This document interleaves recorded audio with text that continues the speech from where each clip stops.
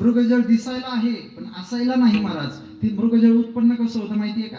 ज्ञानोबा सांगतात, तेजा आणि उखरा भेटी झालिया विरा, मृगजळाची पुरा रूप होय. खाली उखर जमीन असावी आणि वरतून तापलेला 12 वाजायचा सूर्य असावा. असा जर समीकरण झालं, मृगजळ उत्पन्न होतं महाराज. उत्पन्न झाल्यावर या हरणाला ते मृगजळ दिसतं. हे हरिण इतकं पळतं. आता खरं तर ते मृगजळ आहे का हो? दिसायला दिसतंय पण असायला आहे का? नाही. पण ते हरिण इतकं त्याच्या मागे पळतं की आता मला प्राप्त होईल, मग मला प्राप्त होईल. ज्ञानोबराय फार गमतीने सांगतात, अहो खऱ्या पाण्याचं सरोवर डावलून ते पळतं. आता खरं पाणी आहे ना महाराज, हे पेलं तर त्याची तहान शांत होणार आहे. पण माईकाच्या मागे पळतं, इतकं पळतं. ज्ञानोबराय वर्णन करतात, मृगजळ दिसे साचपणा ऐसे, खरं समजतं आणि काय पदरात पडतो, खोटियाचे पिसे उर फोडी. आपलं उर म्हणजे छाती फोडून घेतं, दुःख पदरात पडतं. कशाच्या मागे गेल्यावर? माईकाच्या मागे गेल्यावर. सीते मातेचा प्रसंग सांगत होतो मी. सीता माता माईकाच्या मागे गेली आणि दुःख पदरात पडलं. प्रभू ते बघा सोन्याचं हरिण. ते प्रभू म्हणजे सोन्याचं हरिण? अरे असंभवम हेव मृगस्य जन्मम. सोन्याचं हरिण आजपर्यंत जन्मालाच आलं नाही. अहो काय जन्माला आलं? ते समोर दिसतंय ना म्हणे. अरे ते दिसायला आहे, असायला नाहीये. त्याच्या रूपात कोणीतरी मायावी राक्षस आपल्यावर चाल करून आला. राक्षस आहे तो, होता मारीच. सीते माता म्हणली, मला माहित नाही, मला त्याची कंचुकी पाहिजे. बस प्रभू म्हणले नाही. सीता माता नाही म्हणे, पहिलाच अर्ज आहे लग्न झाल्यापासून माझा. बाकीच्यांच्या पगार यायच्या आधीच यादी तयार असते महाराज. माझा पहिलाच अर्ज आहे, पगारही कमी पडतो, पहिलाच अर्ज आहे, पूर्ण करा.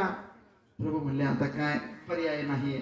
शेवटी काय, बालहट्ट, स्त्री हट्ट आणि पूर्ण करावेच लागतात. पर्याय नसतो. अत्र नाशंकनीय, शंकाच घ्यायचं कारण नाही. प्रभू गेले, स्वतः तर माईकाच्या मागे गेलीच आणि प्रभूंनाही माईकाच्या मागे पाठवलं. खरं तर तो हरिण होता का? नाही, तो राक्षस होता. पहिल्यांदा सीता फसली. प्रभू वनात गेले. वनात गेल्याच्या नंतर त्या मायावी असलेल्या मारीच राक्षसाने आवाज दिला. काय? धाव लक्ष्मणा धाव. सीतेने आवाज ऐकला. सीतेला प्रभूंच्या आवाजात त्याने आवाज ऐकला. प्रभूंच्या आवाजात त्याने हो दिली. सीतेला वाटलं प्रभूंचा आवाज आहे. खरं तर प्रभूंचा आवाज होता का? नाही, राक्षसाचा आवाज. पण समजली प्रभूंचा आवाज. दुसऱ्यांदा बसली. लक्ष्मणांजींना म्हणली, लक्ष्मणजी तुमचे भाऊ संकटात पडले, त्यांच्यावर संकट आले, जा. लक्ष्मणजी म्हणले, प्रभूंवर संकट येत नसतात, प्रभू संकटांचं निवारण करत असतात. नाही, ऐकायलाच तयार नाही. शेवटी सीता मातेने जहरी प्रयोग केला. महाराज मला माहिती आहे तुम्हाला वनवास नसताना देखील तुम्ही आमच्या बरोबर का आला, कारण तुम्हाला माझी अभिलाषा आहे. असा जहरी प्रयोग केल्याच्या नंतर महाराज पर्याय नाही. लक्ष्मणजींनी लक्ष्मण रेषा ओढली आणि गेले. दुसऱ्यांदा सीता माता फसली. स्वतः तर गेलीच गेली, पण लक्ष्मणाला सुद्धा गेलं. आता तिसऱ्यांदा सुद्धा फसली. बघा, हरिभक्तपरायण रावण महाराज फॉर्च्युनरच्या गाडीतून आले. कोणाच्या वेशात? साधू महाराजांच्या वेशात. भिक्षाम देही माते, भिक्षाम देही, भिक्षा वाढ असं म्हणता म्हणता कुटीवर आले. आणि सीता माता बोलली, म्हणे प्रभू साधूजी मी काय बाहेर येऊ शकत नाहीये, म्हणे तुम्ही आत या. रावणजी आत आले. आत आल्याच्या नंतर त्याला अग्नी प्रज्वलित होताना दिसला. पण त्यांना कळालं लक्ष्मण गेला, पण कारनामे करूनच गेला. सीता मातेला आग्रह धरला. सीता माता बाहेर आली आणि बाहेर आल्याच्या नंतर सर्वांना प्रसंग माहिती आहे. 3 वेळा सीता माईकाच्या मागे गेली. पदरात काय पडलं? दुःख पडलं की नाही? पहिल्यांदा फसली. कोणाला पाहून? हरणाला पाहून. आता हरिण होतं का? दिसायला होतं, असायला होतं का? नाही. दुसऱ्यांदा प्रभूंचा आवाज ऐकायला प्रभूंचा आवाज होता, पण असायला होता का? नाही. तिसऱ्यांदा फसली.